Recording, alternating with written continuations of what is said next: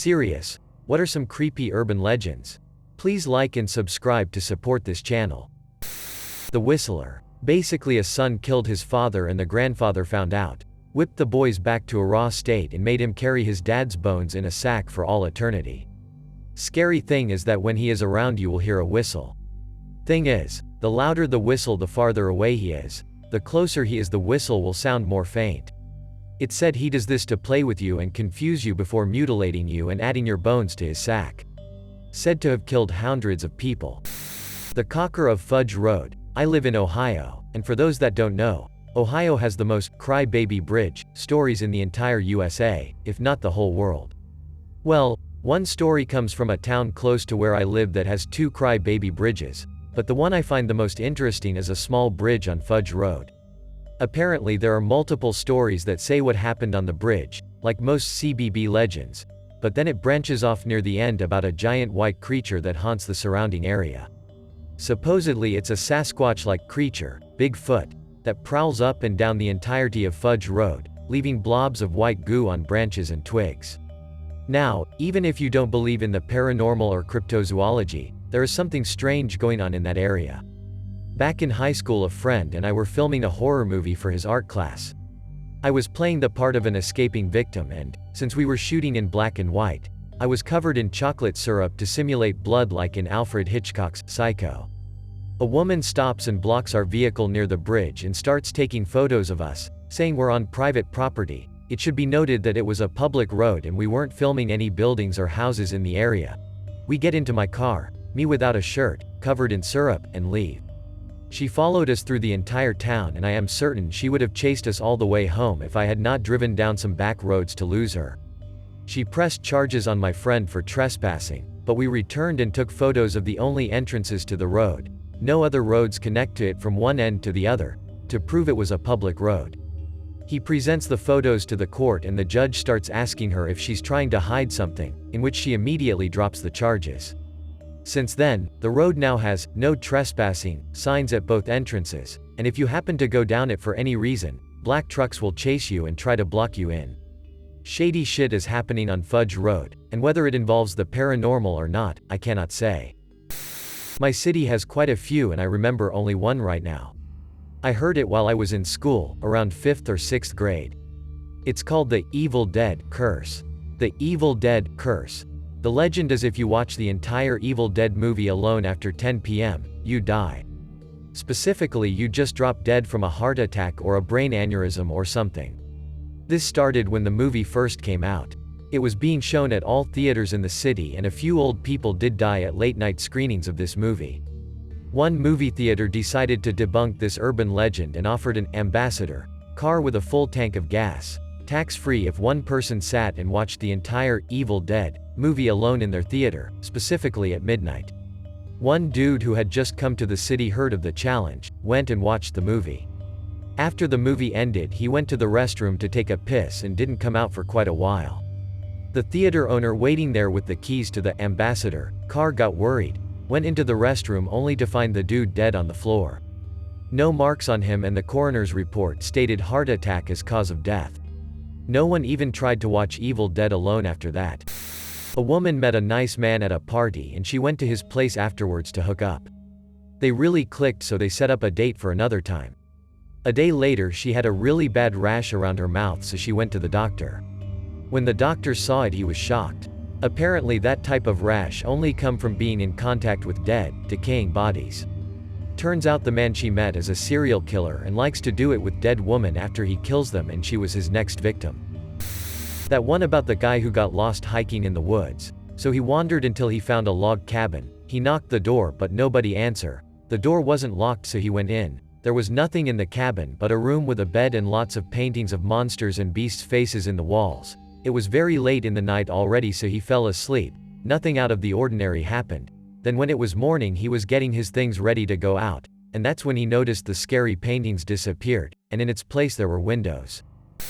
At this summer camp one went to, there was a legend that this girl that had loved this forest there, and she, one night, went down to the beach, swam and drowned. Because of that, the forest is now haunted. Some other kids in my cabin went to the forest, and they said they saw weird shit. And the counselor said that sometimes kids would wake up in the middle of the night and just walk out while he's watching, and they'd come back at like 4 in the morning, and not know anything about it. Pretty spooky. One of my favorite legends from my home province is the tale of Slashfoot. Except this one is heavily sprinkled with the truth, just exaggerated for us kids. There was a popular summer camp one used to go to, that used to be a normal family ranch before it was a camp.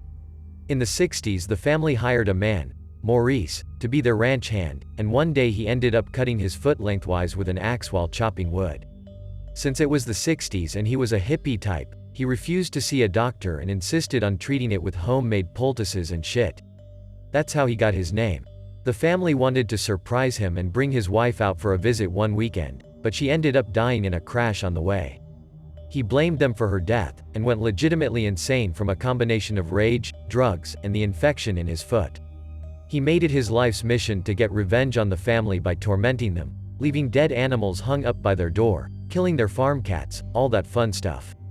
They never arrested him because of how guilty they felt for everything. They actually did feel at fault for his descent into madness. He was still alive for the first 10-ish years of the camp being operational, and since the camp was run by the same family, he took it upon himself to up the ante and torment the kids that came to the camp instead. I've heard dozens of terrifying Slashfoot stories from counselors that used to attend the camp as kids, and had run-ins with Maurice, too many to post here though. In Pennsylvania there's the 7 Gates of Hell near Hellam Township.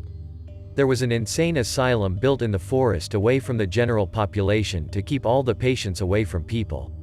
It's believed that the asylum burnt down and many patients died during the fire or escaped into the surrounding forest. The name comes from the fact that a gate was built to keep the escaped patients from leaving the area. But when night falls you can follow the path past the first gate and will eventually pass through an additional 6 gates, and after passing through the 7th gate will end up in hell. Originally from Lima, Peru. I used to go visit my grandpa's birthtown a few hours away from the city, small town of Omaz.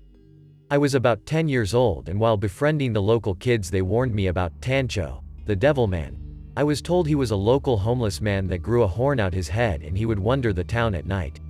That shit terrified me, but I thought it was BS until I actually saw the dude. I forget exactly what made him grow a horn, but I think it was a bone disorder on his skull. Here is a link with images of him. 10-year-old me was fucked up for a minute. I live in Florida and there's an old sugar mill from the 1600s near me. At some point the slaves on the plantation started a revolt with the help of the Seminole Indians and secured their freedom by killing many of the landowners. According to several people who were interviewed independently of each other, there is a ghostly Native American on horseback that still chases people off the property at the same time they attacked the colonists 400 years ago. Here is an urban legend. So this 7-year-old girl lived in Russia. She always wanted to play piano, so on her 8th birthday her parents got her a little red piano. She played it all day every day. She played it so much her fingers start to bruise. Remember her fingers bruising later. So they went to the doctor. The doctor said it was just from her playing a lot.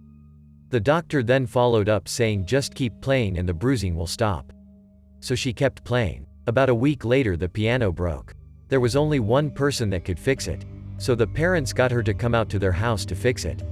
When she arrived she asked everyone to step out so she could focus. About 30 minutes later she left and the piano was working. The little girl started playing again.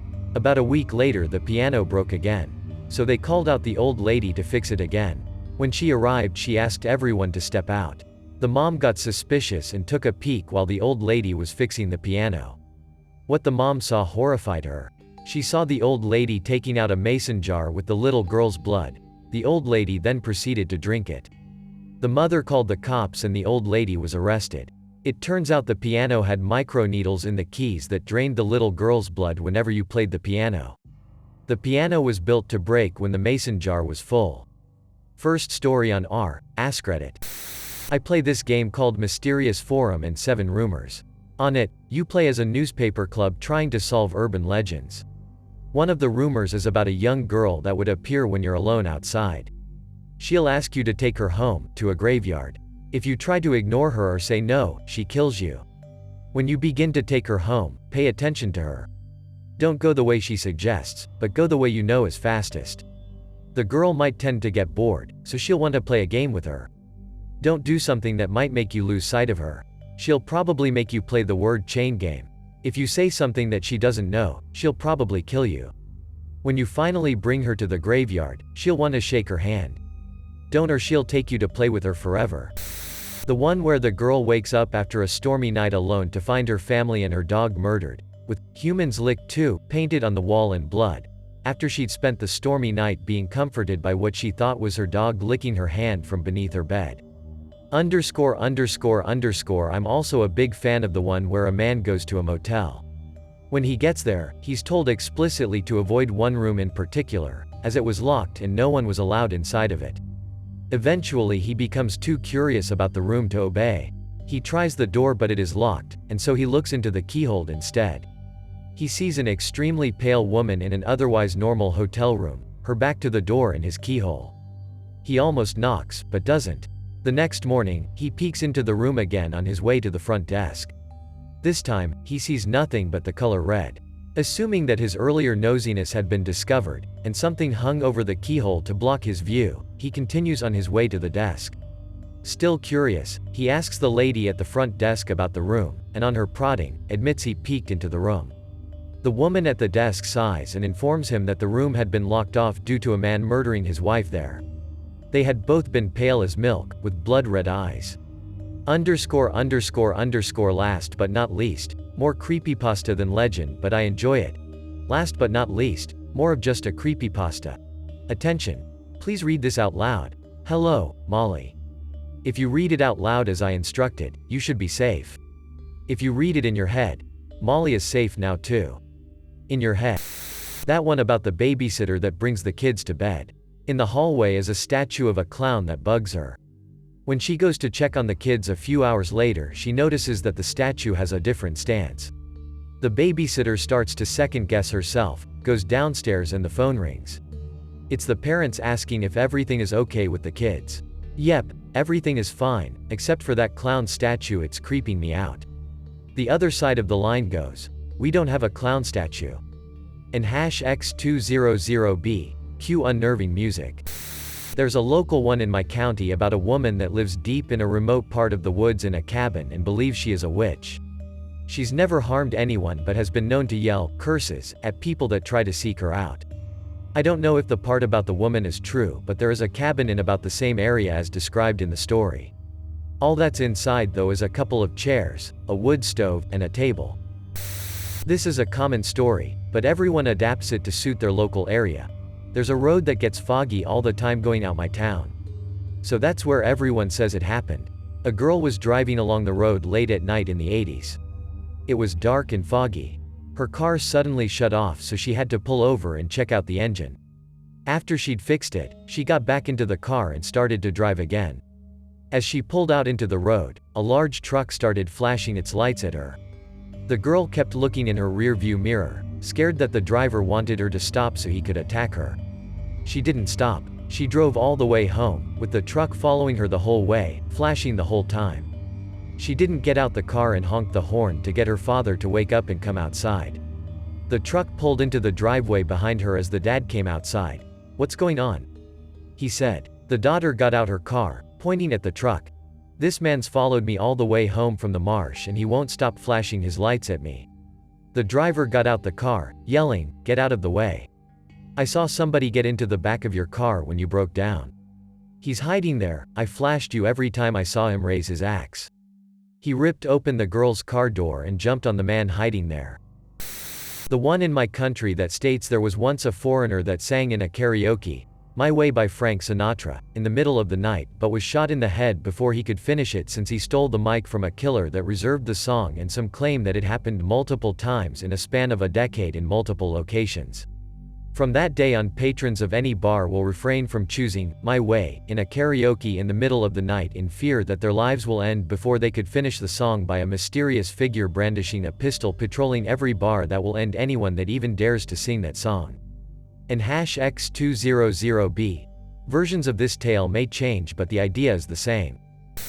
In my home country, the most famous is the legend of the Hill of Sintra. The story is that if you cross the Hills Road during the night, at a certain point you will find a regular girl at the roadside with her arm up asking for hitchhike.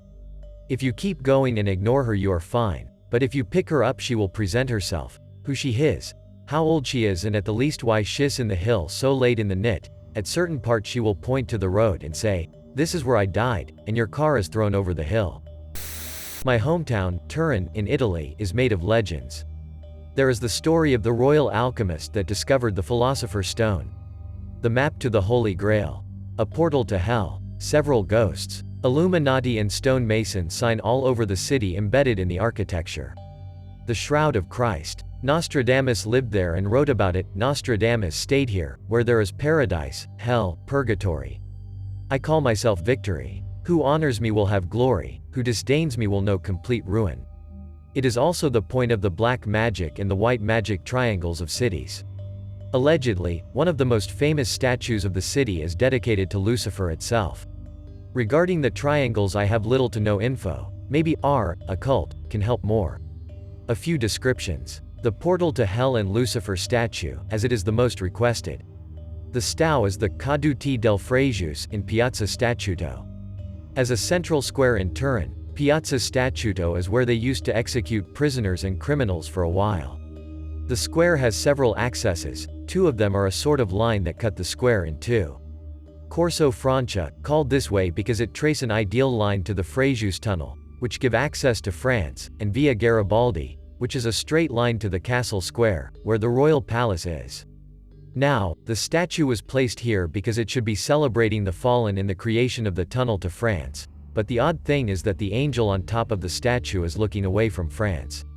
Per se not a big thing, however the angel is the only black figure on the statue, all the humans are white marble. Also, the humans look like they are trying to climb the mountain, and the hand of the angel is in a posture of repression.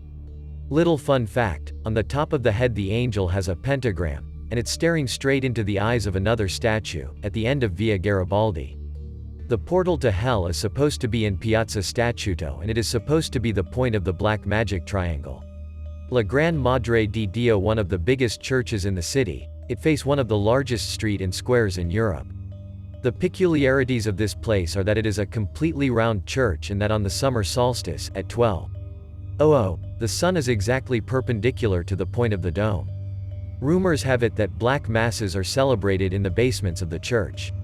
The Holy Grail in front of the above-mentioned church, there are two statues, Faith and Religion. Faith is a woman with a chalice, and the legends say that wherever her gaze ends, there is buried the Holy Grail. Famous ghost Palazzo Trucchi di Lavaldigi is a wonderful palace in the city center, also known as Palazzo del Diavolo, the Devil's Palace.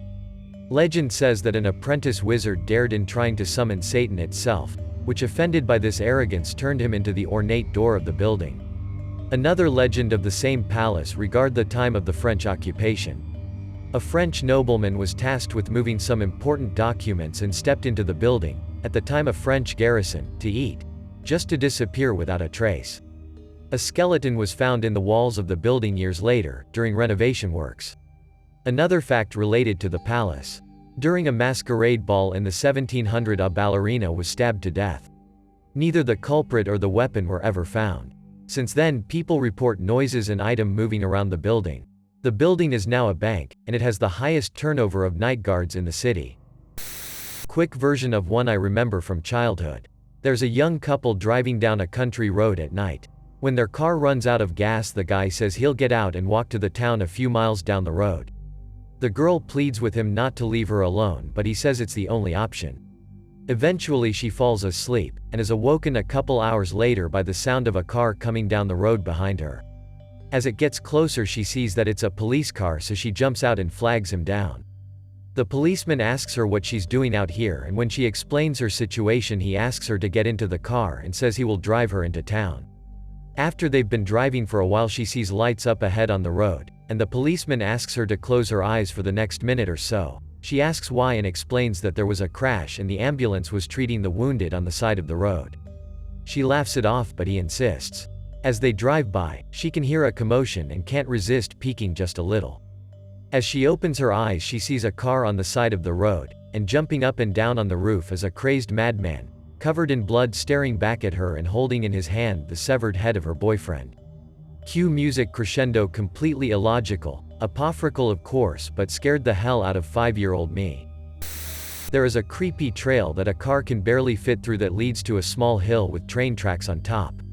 If you can find it, you are supposed to put your car in neutral and then your car will be pulled backwards off the tracks. The legend is that there were kids playing on these tracks that were killed and they pull your car off to save you.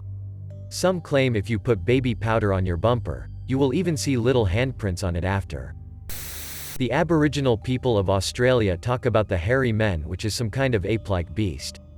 Another name is the yowie. Basically these things were blood-sucking creatures that would eat you, and the Aboriginal people were pretty afraid of them. Apparently they would stalk you and follow you through the bush, and they move fast. The weird thing is though there are lots of different tribes in Australia with different languages, but all of the tribes' name for these creatures translates to hairy men. Also drop bears, gotta watch out for drop bears when you're in the bush. They fall on you from the trees and rip your throat out with their sharp little teeth. I'm from a town called Lake Ronkonkoma, Central Long Island. We have the Lady of the Lake. Basically back hundreds of years ago this Indian princess fell in love with one of the European settlers. Since their love was forbidden by her father, she would paddle in a canoe to the center of the lake and float notes out to her beloved on the other side of the lake. Eventually she couldn't take it anymore, sent a final note, and then committed suicide. Every year for the last 200 years, at least one person has died mysteriously in the lake, mostly male. Some say it's the lady dragging in men looking for her lost lover. Bodies have been known to turn up in the Long Island Sound by Connecticut, despite Lake Ronkonkoma being a kettle hole in the middle of Long Island. That legend where a couple is making out in a well-known spot in the woods. The girl is complaining about being afraid, while the guy is teasing her. Apparently, a man with a hook for a hand escaped from a local prison, and he was known for murdering young couples. Eventually, the girl convinced the guy to leave and take her home. When she gets out of the car, she starts to scream. A hook was stuck on the door handle. Gives me the shivers every time. The one where a girl was driving home late one night, and a strange vehicle gets behind her and starts following her. She notices that it randomly turns its high beams on and back off several times. She gets nervous as she realizes this vehicle is following her home, so she instead drives to her parents' house. All the while whoever is following her will flash its high beams. She parks, rushes inside her parents' house, and the car pulls in the driveway behind her. Suddenly she sees a man with a knife burst out of her back seat and run off into the night. A man gets out of the vehicle that was following her, knocks on the door and explains that he saw her get into her car that night, and as she did he noticed a weird-looking dude crouched down behind her driver's seat. It was too late for him to stop her, so he followed her home, and each time he saw the man raise up behind her, he'd get closer and turn on his bright lights, making the guy cower back down. Obviously a fake story, but to this day I always check my back seats when I get in my vehicle alone. This story and the one about the guy with a hook for a hand always stick out to me. Heard a story once about a young girl whose boyfriend had asked her if she would like to go for a drink after her late shift. She agreed, but she had to go back to her house first to get changed. Arriving at her home, she noticed her roommate was asleep. She crept into her room to borrow an item of clothing and without waking her managed to creep back out. The following morning she returned home to find her roommate had been violently murdered. On the mirror, however, in lipstick it read, "Bet you're glad you didn't turn the light on last night." Stranger Things is based on legends from my hometown. It's actually on the east end of Long Island. The Demogorgon, we called that the Montauk Beast, the Montauk Monster, or just the Beast. We used to break into the old Air Force Base and there were always rumors that it was never actually shut down and everything was just moved underground. It was called the Montauk Project and it's a pretty well-known one, but most people don't know about the more local parts like the Beast taking kids or why there's higher rates of twins and triplets out there and stuff like that. There's the urban legend here in Argentina, that in the sugar mills they offer as a sacrifice to the familiar at least one worker per year, and when people get accidents or die in the mill it's because of the familiar who is hungrier than usual and is most of the time kept in a tool room separated from the more modern facilities. It's also told that better keep a crucifix in your person together with a faca on your waist to defend yourself from its harm. Usually presented as a big black and ferocious dog or a very well-dressed person. It is said that a familiar that is content with its meal will lend to a better production for the year and thus more profit.